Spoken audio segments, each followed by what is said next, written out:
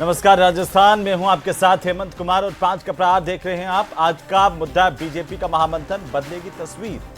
BJP के जनप्रतिनिधियों के साथ महामंथन का आज दूसरा दिन है और आज बीकानेर, श्रीगंगानगर, झुंझुनू के सांसदों और विधायकों के साथ आगामी रणनीति और भविष्य की योजनाओं पर मंथन हुआ। सीएम भजनलाल ने एमपी एमएलए के साथ मंथन किया। आगामी रणनीति योजनाओं पर चर्चा की, सरकारी नीतियों कार्यक्रमों की समीक्षा की गई। सांसदों विधायकों की भूमिका और जिम्मेदारियों पर चर्चा की गई। बैठक में क्षेत्रीय विकास, जनता की समस्याओं के समाधान पर विशेष जोर दिया गया है। इससे पहले कल इस बैठक के पहले दिन भजनलाल शर्मा ने कहा कि विपक्ष के नैरेटिव को तोड़ने के लिए जनप्रतिनिधियों को जनता के बीच पकड़ मजबूत करनी होगी। आज इसी पर करेंगे प्रदेश की सबसे बड़ी चर्चा। पहले रिपोर्ट देखिए।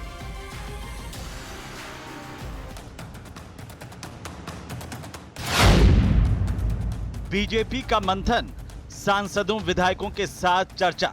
आपस में कोऑर्डिनेट बना रहता है, एक दूसरे की बात सुनते हैं, सुनाते हैं। यशस्वी मुख्यमंत्री जी रात और दिन लगे हुए हैं। सीएम भजनलाल की योजनाओं पर हुई चर्चा। संगठन के मुद्दों की बात उस बैठक में रखते हैं, गीता योगी उसका समाधान होता है। माननीय प्रदेश अध्यक्ष, माननीय मुख्यमंत्री उसका संज्ञान लेते हैं।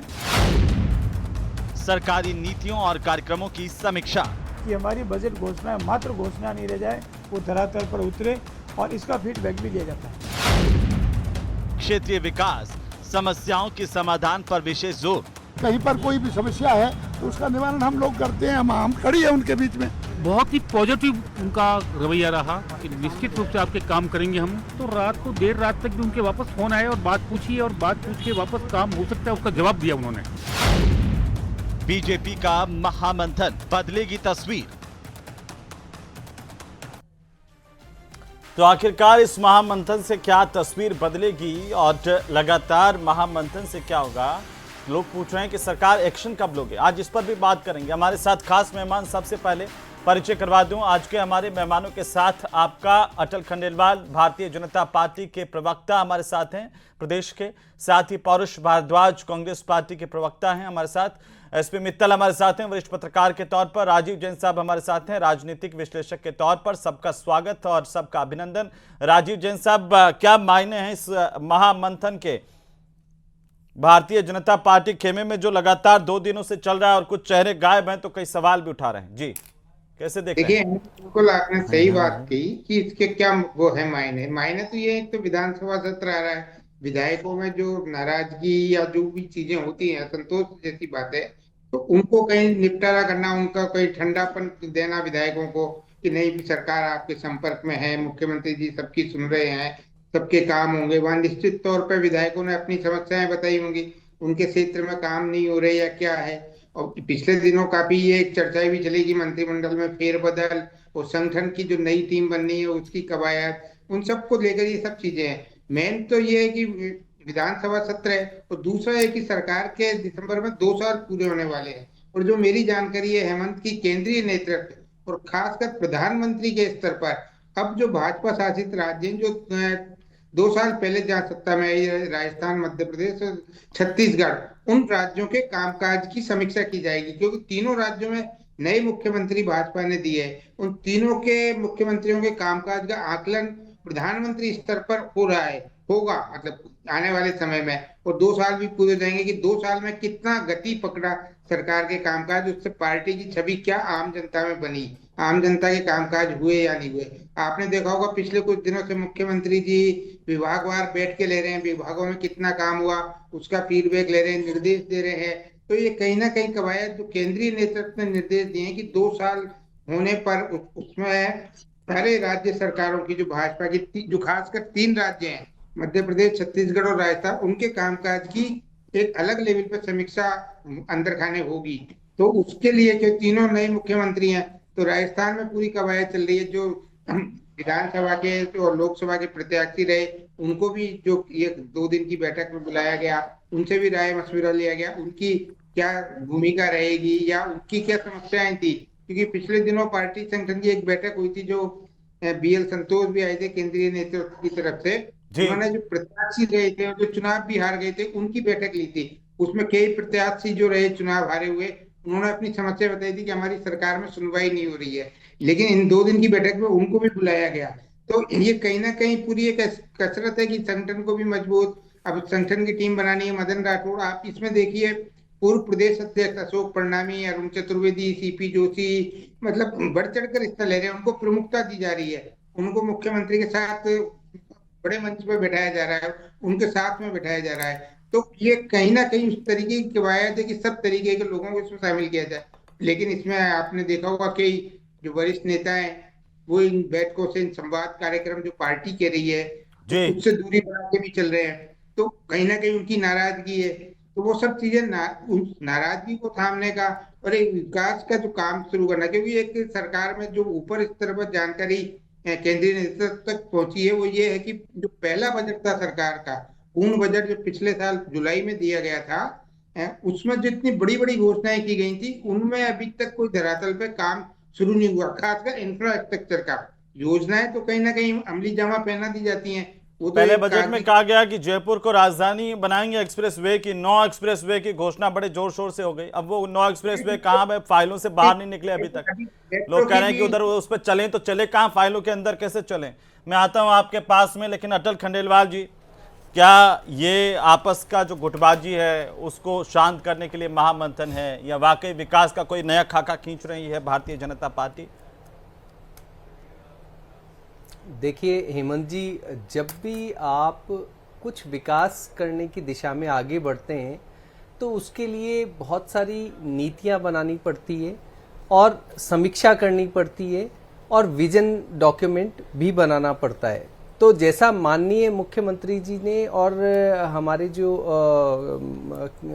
मंत्रिमंडल हैं उनकी बैठक हुई थी, उसमें ये निर्णय लिया कि भी राजस्थान का 2030 तक जो टोटल जो उनका आर्थिक जो इकोनॉमिक्स होगी वो 30 लाख करोड़ होगी और 2047 तक 4.1 ट्रिलियन, मानी विकसित राजस्थान।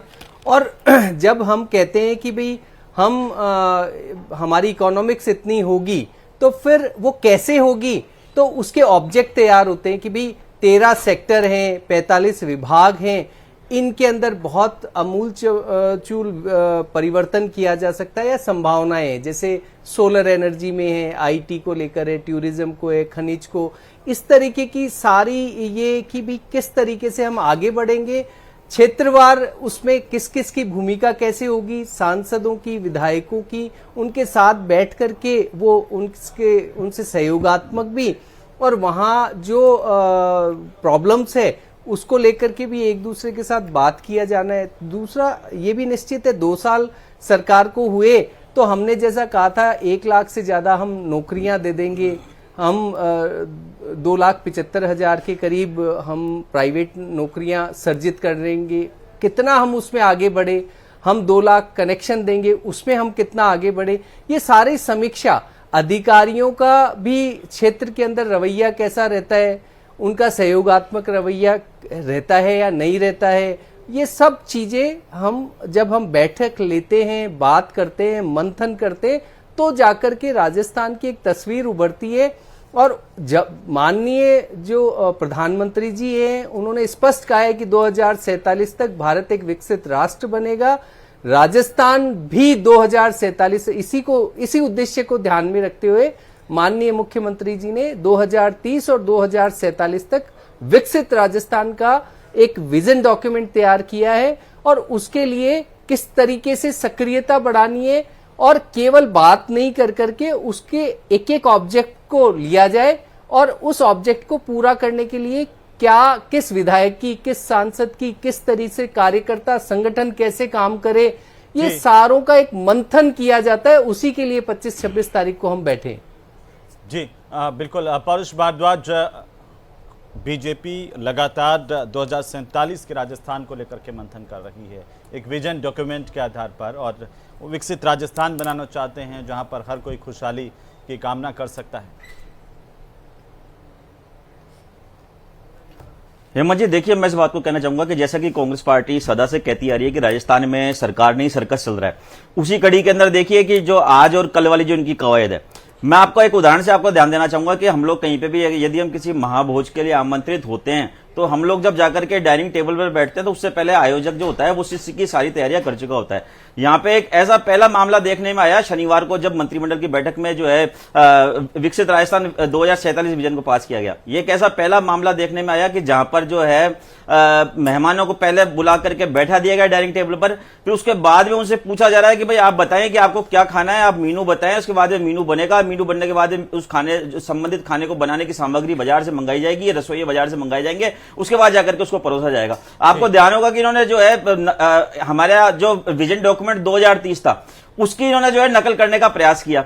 नकल में भी अकल की जरूरत होती है, ऐसी एक कहावत होती है। ज्यादा अच्छा ये होता है कि मुख्यमंत्री जी परसों शनिवार को जो परसों मंत्रिमंडल की बैठक में जो विकसित राजस्थान 2047 विजन डॉक्यूमेंट पास हुआ, उससे पहले जो कवायद इन्होंने आज और कल करी, ये कवायद उससे पहले होनी चाहिए थी कि जब क्षेत्र के सब जनप्रतिनिधि, चाहे वो कांग्रेस के होते, चाहे वो भाजपा के होते, चाहे वो हारे हुए लोग होते, चाहे वो जीते हुए लोग होते, चाहे वो सांसद होते, चाहे वो विधायक होते, चाहे वो जिला प्रमुख होते, चाहे वो मेयर होते, चाहे यहाँ तक कि मैं कह रहा हूं कि आप लोकतंत्र को निचले स्तर तक जान दीजिए, पार्षद और जिला परिषद के सदस्य भी होते, उनको बुला करके पूछा जाता है और उनको अपनी भावनाओं से अवगत कराया जाता है कि भाई हम 2047 का एक ऐसे डॉक्यूमेंट बनाने के लिए जा रहे हैं, हम विकसित राजस्थान बनाने की एक हमारी संकल्पना हमारे मस्तिष्क में, और हमको आप सबका सहयोग चाहिए। आप अपने अपने क्षेत्र की क्या क्या समस्याएं हैं और क्या क्या अपॉर्चुनिटीज हैं, आप दोनों चीजें हमें बताइए ताकि हम उसको जो है कि विजन डॉक्यूमेंट में उसको जोड़ें, उसको हम क्लासिफाइड करें और उसके बाद में हम उसको आप सबको साथ लेकर के आगे बढ़े और आप सबके सहयोग से हम राजस्थान को विकसित बनाएं।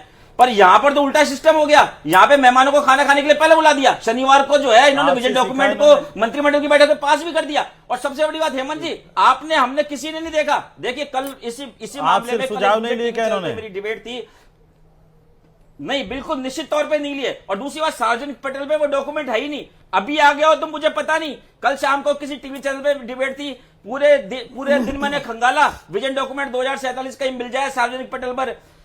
चैनल वालों से मैंने कहा कि आपके पास हो तो कृपया दीजिए। पार्टी के हमारे जो रिसर्च विंग है हमारी पार्टी की, हमने वहां पे कहा कि भाई कहीं से कुछ मिल जाए तो लाके तो दो, शाम को टीवी पे डिबेट पे जाना है, क्या बोलेंगे। कहीं पर भी इनका डॉक्यूमेंट जो शनिवार को जो इन्होंने मंत्रिमंडल की बैठक में पास कर लिया, कल दिनांक तक वो सार्वजनिक पटल पर उपलब्ध नहीं था। अब कल इन्होंने जो है विधायकों की बैठक ली, सांसदों की बैठक ली और आज ले ली।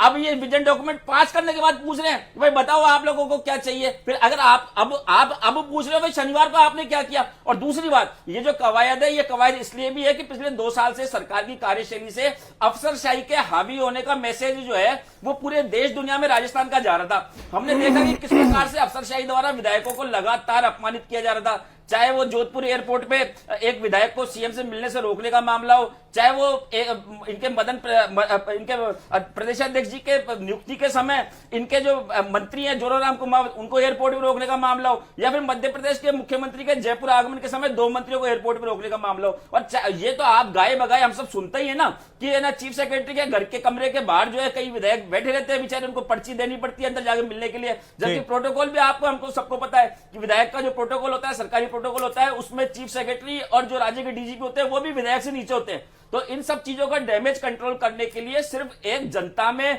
मीडिया के माध्यम से झूठा संदेश दिया जा सके कि भाई सब कुछ लोकतांत्रिक चल रहा है। पर मैंने जैसा पहले कहा कि नकल में भी अकल की आवश्यकता होती है, नकल तो इन्होंने कर ली पर इन्होंने अकल नहीं लगाई। इससे मैंने जैसा कि पहले कहा, जनप्रतिनिधियों से पूछना चाहिए था संबंधित क्षेत्र, चाहे वो कृषि क्षेत्र के लोग हो, चाहे वो व्यापारिक क्षेत्र के लोग हो, वो औद्योगिक जगत के लोग हो, वो शिक्षा जगत के लोग हो, या फिर अन्य किसी भी क्षेत्र के लोग हो, उनकी जो एक्सपर्टीज थी उन एक्सपर्टीज को भी बुलाना चाहिए था।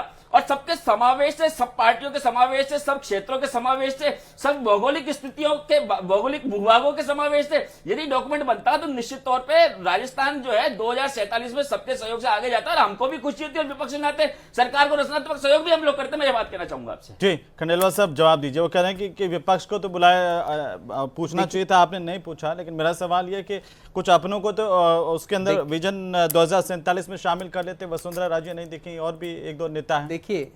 देखिए नहीं ऐसे हेमंत जी, पहले तो मैं स्पष्ट इनको कर दूं पौरुष जी को कि सरकार बदल चुकी है, उसमें से बाहर आए और ये जो मिनट टू मिनट कार्यक्रम हमको देना छोड़ दें। हमारी अपनी समझ है और हम अपनी समझ के साथ कहाँ मिलना है, किससे मिलना है, किस तरीके से मिलना है और क्या तैयार करना है वो हमें पता है। तो हमें बार बार ये नहीं कि इनसे पहले क्यों नहीं मिले, उससे क्यों नहीं मिले, ऐसे क्यों नहीं मिले, ये क्यों नहीं बनाया, ये नहीं। सरकार, जी, क्या दूसरी बात, लोकतंत्र में सरकार विधायक चुने हुए जनप्रतिनिधियों से नहीं बनती? सुन तो क्या लीजिए। लोकतंत्र में सरकार के कोई भी फैसले होते हैं पौरुष वो जी, जनता से ना मैंने सही पर आपसे जनप्रतिनिधियों से पूछ करके आपके नहीं लिए बीच जाने में चाहिए? नहीं बोला, प्लीज 1 मिनट बोलने अटल जी के दीजिए। वक्तव्य में इस बात की झलक अच्छा, आ गई कि लोकतंत्र एक और की बात, ये लोग तानाशाही से सरकार चला रहे देखिए हैं। एक और बात कि पहला, कभी भी किसी भी चीज को आप देखते हैं तो पहले उसका मिशन बनाना पड़ता है। तो मिशन विकसित भारत बनाया माननीय मोदी जी ने, फिर विजन की विकसित राजस्थान, ये माननीय भजनलाल जी ने कि विकसित राजस्थान, उसके ऑब्जेक्टिव पहले खाड़ा तो जितने भर भी दो जो चारों तरफ स्टेट के प्रदेश में कैबिनेट हो रहे मिनिस्टर, हैं। सुनिए, बारिश में जगह जगह लोग फोटो शेयर कर रहे हैं। कैबिनेट, देखिए आप है ना, ऐसे विकसित मानिए राजस्थान तो बना हेमंत जी लेते हैं। कि अगर आप विजन अगर विजन और वो की कह रहे बात हैं कि कर रहे हो, इतना- जब एक बात 30 बताइए, लाख 1.5 करोड़ साल की से ज्यादा आपकी अर्थव्यवस्था सरकार को हो गया 2030 और तक बात कर रहे हैं। सेंटर ने तो पहले ही 2047 की कामना कर दी थी, फिर ये 1.5 साल ये सोचने में लग गया कि हमें विजन बनाना है एक, तो फिर बनेगा कब? तो अभी आपने सुना नहीं पौरुष जी से, अभी आपने सुना नहीं क्या पौरुष जी से?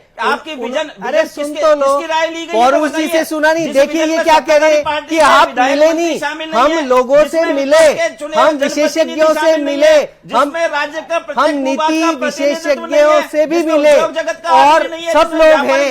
यही तो जगत का आदमी नहीं है, आरोप लगाना आसान है, क्यों आरोप लगाना आसान है? इनका काम ऐसे ही है, भ्रम। आज भी माननीय मुख्यमंत्री जी ने कहा है कि कांग्रेस द्वारा फैलाया गया भ्रम और नैरेटिव्स को कार्यकर्ता, भाजपा के कार्यकर्ता सक्रिय होकर तोड़ेंगे। तो ये जो गलत नैरेटिव्स है इसको तोड़ा जाएगा और राजस्थान विकसित स्टेट के रूप में आगे बढ़ेगा। फिर वही बात, यही तो कि किसी भी डिबेट को आप खराब करना चाहो तो आपकी इच्छा। देश को बोलो, संविधान के बोलो, अनुरूप बोलो। चलाना चाहते हैं आप लोग। बोलते रहो और बोलो। आप तो मुझे इस बात का जवाब दो ना, आपने विजन मैं डॉक्यूमेंट यही बनाया, तो बोल किसकी रहा राय हूँ। ली? आपको आप सरकार के प्रवक्ता है ना, बेसिकली आपको समझ होनी चाहिए, आपको समझ होनी चाहिए और समझा रहा हूँ। तो आप सीखोगे तो समझ में नहीं आएगा ना, तो आप शांति से, हाँ तो आप शांति से सुनो। किसकी राय ली गई? बोल ही नहीं रहे, बोल ऐसे कौन लोग हो गए तो सुन, जिनके आदेश को माना गया, जिनकी तो राय को सुन माना तो गया? लो। बताइए ना, तो अरे बताइए, सुनो, बताइए। सुनिए, देखिए हमने बकायदा नीति आयोग के विशेषज्ञ बुलाए, राजस्थान के जितने कैबिनेट मिनिस्टर है उनके साथ ये समीक्षा की, कौन कौन से सेक्टर है वो स्पेसिफाई किए, वरना 13 सेक्टर ही क्यों, हम तो 50 बोल सकते थे, 45 विभाग ही कैसे बोले। हमने लोगों से भी बात की, कहाँ कैसे आगे बढ़ना है उसका हर फेज वाइज वर्गीकरण किया है, बस खुद ही खुद बोल ले। और अरे फिर आप समझने को कोई तैयार नहीं है, उसको कैसे समझेगा? मैंने क्या कहा, आप पौरुष जी समझने को तैयार नहीं, शोरगुल करने को तैयार हो तो फिर मैं कुछ नहीं कर पाऊंगा। मैं यही बोल रहा हूँ, शोरगुल नहीं करो, आप संगठन को मजबूत करना, समन्वय सरकार और संगठन का समन्वय करना और विजन रखना, आर्थिक दृष्टिकोण से आगे बढ़ना, ये है बात। अपना दर्द है कि उनसे पूछा नहीं।